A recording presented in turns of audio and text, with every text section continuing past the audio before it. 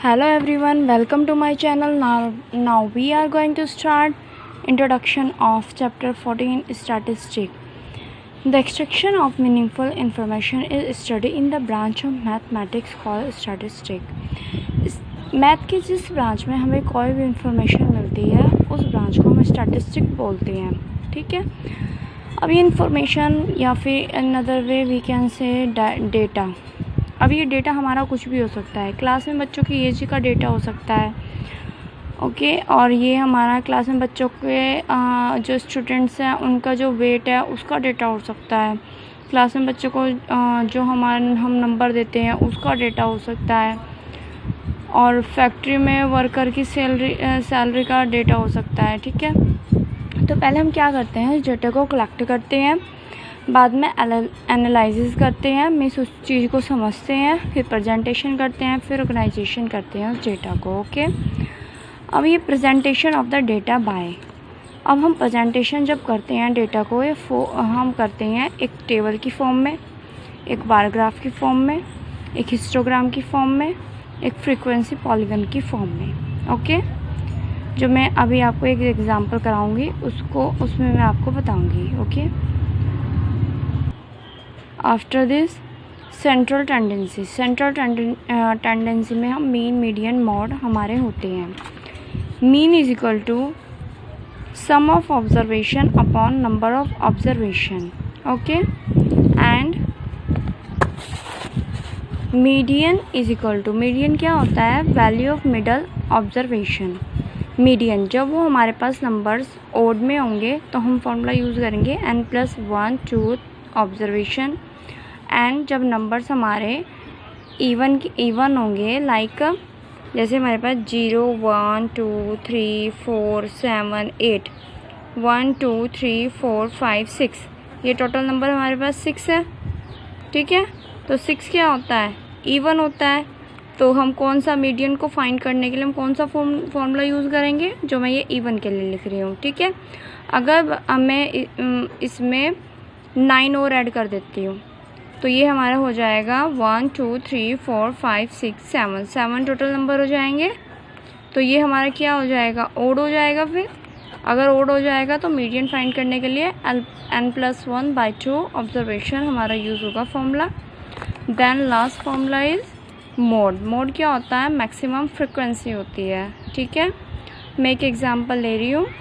Then I will find mean median mod.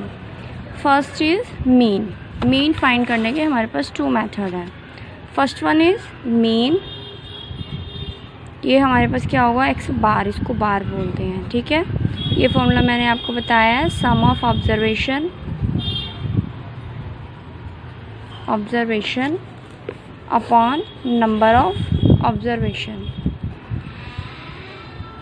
Okay, तो ये देखो हमारे पास कितने हैं, 1 2 3 4 5 6 7 8 9 10. तो नंबर ऑफ ऑब्जर्वेशन कितना हुआ हमारे पास, 10. एंड इनको सम करेंगे तो सम कितना आएगा, 2 + 6 + 4 + 5. और ये सिमिलरली हमने सम किया सभी का, ये आएगा हमारे पास, इन सभी का सम करेंगे तो वो आएगा 28/10. ओके, अपॉन में हमारे पास 10 मीन्स 1 0 है, तो 1 डिजिट पहले हमारा क्या आ जाएगा, डेसिमल आ जाएगा. 1 डिजिट पहले डेसिमल. आंसर हमारे पास आया 2.8. Now we find mean by other method. Question is the wickets take by a bowler in 10 cricket matches are as follow 264 502 1323. ठीक है, एक बॉलर ने विकेट लिए 10 मैचेस में दिस. तो ये हमारे पास ये टेबल हम बनाते हैं, टेबल की फॉर्म में ये लिखते हैं. ये हमारे पास विकेट्स हैं 0 1 2 3 4 5 6. Now number of wickets FI XI, I is 1 2 3 4, वो एंड सो ऑन, वो हम अपने इसमें अकॉर्डिंग देखते हैं. जैसे ये x1 होगा, ये x2 होगा, ये x3, ये x4, x5, x6, x7. Similarly यहाँ पर F1, F2, F3, F4, F5, F6, F7। तो I की वैल्यू यहाँ पर हमारी होगी 1 से लेकर 7 तक। ओके, तो अब ये देखो फ्रीक्वेंसी हमारी क्या होती है। अब देखो 0 कितने टाइम आया है इस नंबर में, 1 टाइम। एंड 1 कितने टाइम है, 1 टाइम। 2 कितने टाइम है, 1, 2, 3। ओके, एंड 3 कितने टाइम है, 1, 2।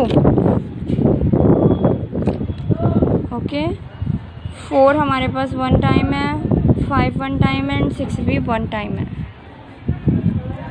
अब this is Fi Xi, means Fi Xi का multiple.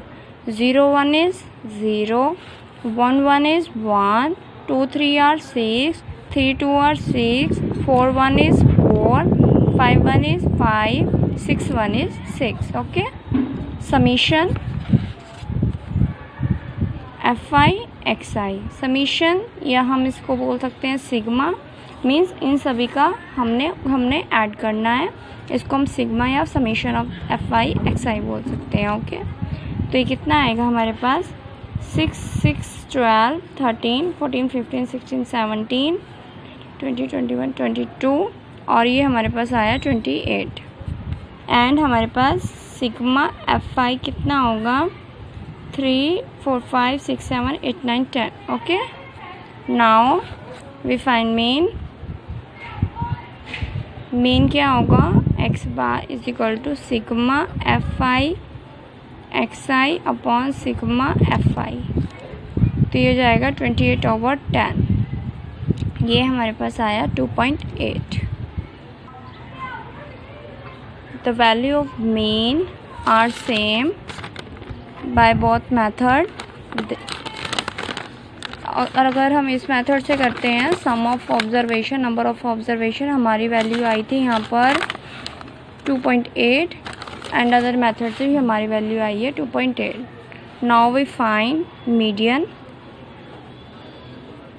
First of all we arrange this number in ascending order, so like 0 1 2 2 2 3 3 4 5 6। Okay, now कितने नंबर सही हैं हमारे पास, 1 2 3 4 5 6 7 8 9 10। ठीक है, ये हमारे पास 10 नंबर है। 10 क्या है हमारे पास, इवन। इवन के लिए मैंने आपको क्या फॉर्मूला बताया है, n/2 observation, n/2 + 1 observation by 2। तो ये n क्या होगा, ये हमारा जितने हमारे ये टोटल नंबर्स हैं ये होंगे, कितने हैं, 10 है हमारे पास। तो 10/2 observation plus 10/2 + 1 observation. Okay, by 2। तो ये हमारे पास हुआ 5th ऑब्जर्वेशन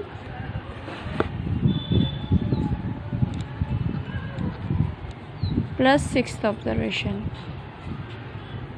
बाय 2। ओके, अब देखो 5th ऑब्जर्वेशन क्या होगा हमारे पास, 1 2 3 4 5। ये 5th ऑब्जर्वेशन, ये 6th ऑब्जर्वेशन। तो ये ले लेते हैं हम, ये 5th हमारा 2 है और ये 6th ऑब्जर्वेशन हमारा 3। हमारा आएगा 2 + 3 y/2 और ये हमारा आया 2.5। ओके, तो median is equal to 2.5। Now we find mode is equal to maximum frequency. अब देखो जो नंबर हमारा मैक्सिमम टाइम आता है दैट इज़ कॉल्ड मोड। 0 हमारे पास 1 टाइम है, 1 1 टाइम, 2 हमारा 3 टाइम है। ओके, 1 2 3 एंड 3 हमारा 2 टाइम्स है, 4 1 टाइम, 5 1 टाइम, 6 1 टाइम। तो 2 has maximum frequency, so mode is equal to 2। Mod is equal to 2 because it has maximum frequency 3 times. Answer. Now I am going to tell about presentation of data by table, bar graph, histogram of uniform width and varying width frequency polygon। ठीक है, ये एक बार मैं explain कर देती हूँ। जो भी डेटा को हम प्रेजेंट करते हैं इन फॉर्म में करते हैं। टेबल फॉर्म किस तरह से होगी, ये हमारी ये टेबल फॉर्म गिवन है। जैसे डेटा दिया हुआ है, नंबर ऑफ स्टूडेंट यहाँ पर दिए हुए हैं और यहाँ पर हमें वेट दिया हुआ है, ये टेबल बनाई हुई है, ठीक है। ये हमारी टेबल फॉर्म में हमने डेटा को प्रेजेंट किया है। नाउ हमारा बार ग्राफ में in bar graph bar of uniform width are draw with equal space between them. Like ये हमारे पास है, ये देख सकते हैं हम, ये देखो हमारे पास ये बार है, इसकी विड्थ देखो, ये विड्थ हमारी सेम है, ओके, यूनिफॉर्म विड्थ है। और इनके बीच में जो स्पेस है वो भी हमारा क्या होगा, वो हमारा सेम होगा, ठीक है।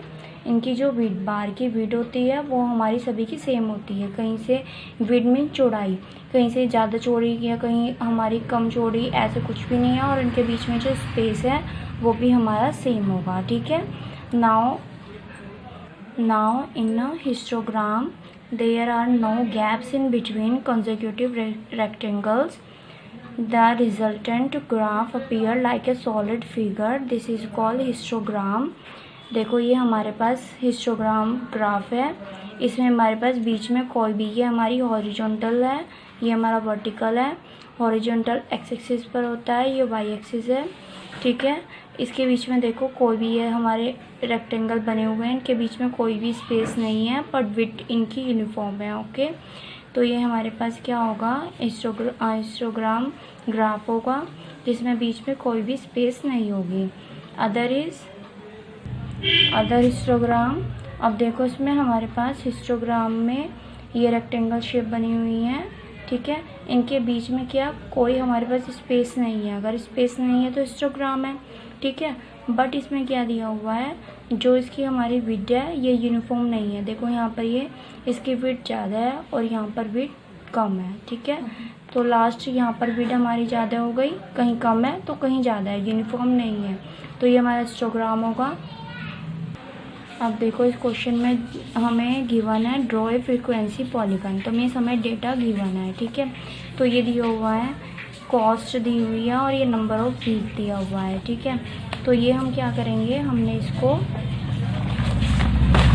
यहाँ पर इस फॉर्म में टेबल बनाया है और ये हमारे पास ये क्लास मार्क हमने फाइंड किया है, ये फ्रीक्वेंसी फाइंड की है। नाउ हमने इसमें लिया है कॉस्ट ऑफ लिविंग इंडेक्स, जो हमें कॉस्ट दी थी, नंबर ऑफ वीक ये बनता, ठीक है। उस अकॉर्डिंग हमने ग्राफ ड्रॉ किया हुआ है। ग्राफ हमने पहले भी ड्रॉ किया हुआ है प्रीवियस क्लासेस में, तो लाइक इसी तरह से करेंगे। इसको अच्छे से समझने के लिए आगे क्वेश्चन मैं आपको कराऊंगी।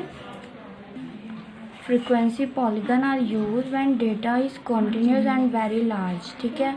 और it is very useful for comparing two different set of data for the same nature, like comparing the performance of two different section of the same class के अगर सेक्शन डिफरेंट सेक्शन है उनकी performance compare करनी है कि section A भी अच्छा response दे रहा है, सेक्शन बी दे रहा है। इस तरह का रिज़ल्ट फाइंड करने के लिए हम फ्रीक्वेंसी पॉलीगन यूज़ कर लेते हैं। तो आगे जब हम एक्सरसाइज के क्वेश्चन करेंगे तो ये सभी चीज़ों जो हमने फॉर्मूले यूज़ किए हैं ये हमें आगे अच्छे से समझ आ जाएंगे। अगर आपको मेरी वीडियो पसंद आई है तो मेरे चैनल को सब्सक्राइब कीजिए और मेरी वीडियो को लाइक करना मत भूलिए। Thank you.